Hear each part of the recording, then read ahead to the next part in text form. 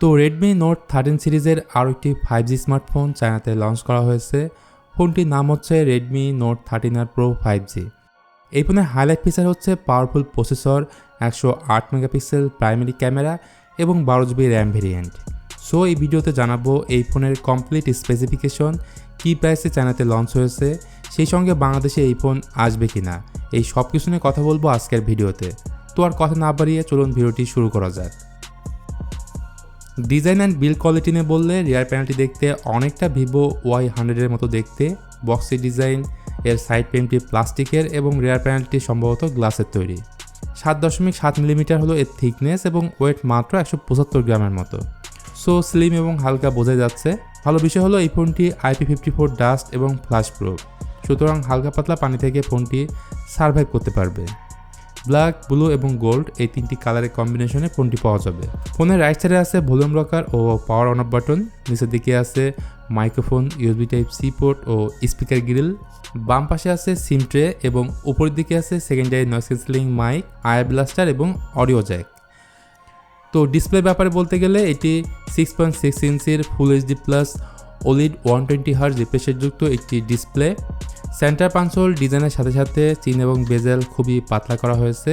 ব্রাইটনেসও আপনি এখানে অনেক ভালো পাবেন, 100 নিটসের মতো পিক ব্রাইটনেস রয়েছে। আর ডিসপ্লেকে পরিবেশন করবে কর্নিং গোরিলা গ্লাস। এছাড়া এই ডিসপ্লেতে 1920 হার্জের হাই ফ্রিকোয়েন্সি PWM ডিমিংও রয়েছে। সো আপার মিড বাজেটের ফোনের ডিসপ্লে আউটপুট যেমনটা হয়ে থাকে বা আমরা যেমনটা আশা করে থাকি অনেকটা ওই রকমই হবে।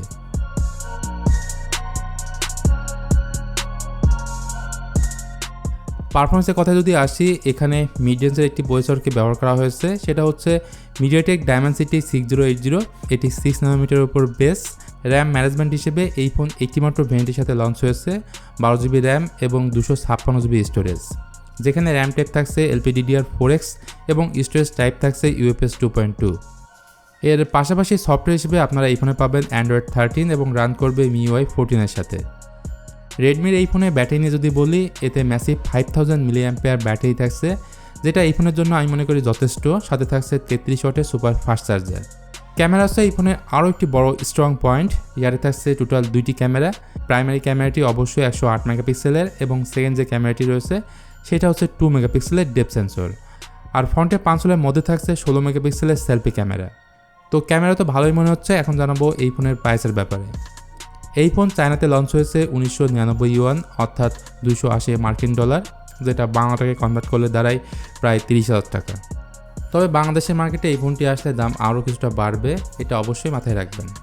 তো ভিউয়ার্স, এই ছিল Redmi Note 13R Pro 5G স্মার্টফোনের ব্যাপারে ফুল ডিটেলস।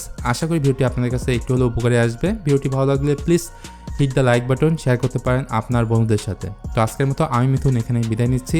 দেখা হবে খুব তাড়াতাড়ি অন্য কোনো ভিডিও নিয়ে। সে বন্ধু সবাই ভালো থাকবেন, সুস্থ থাকবেন। আল্লাহ হাফেজ।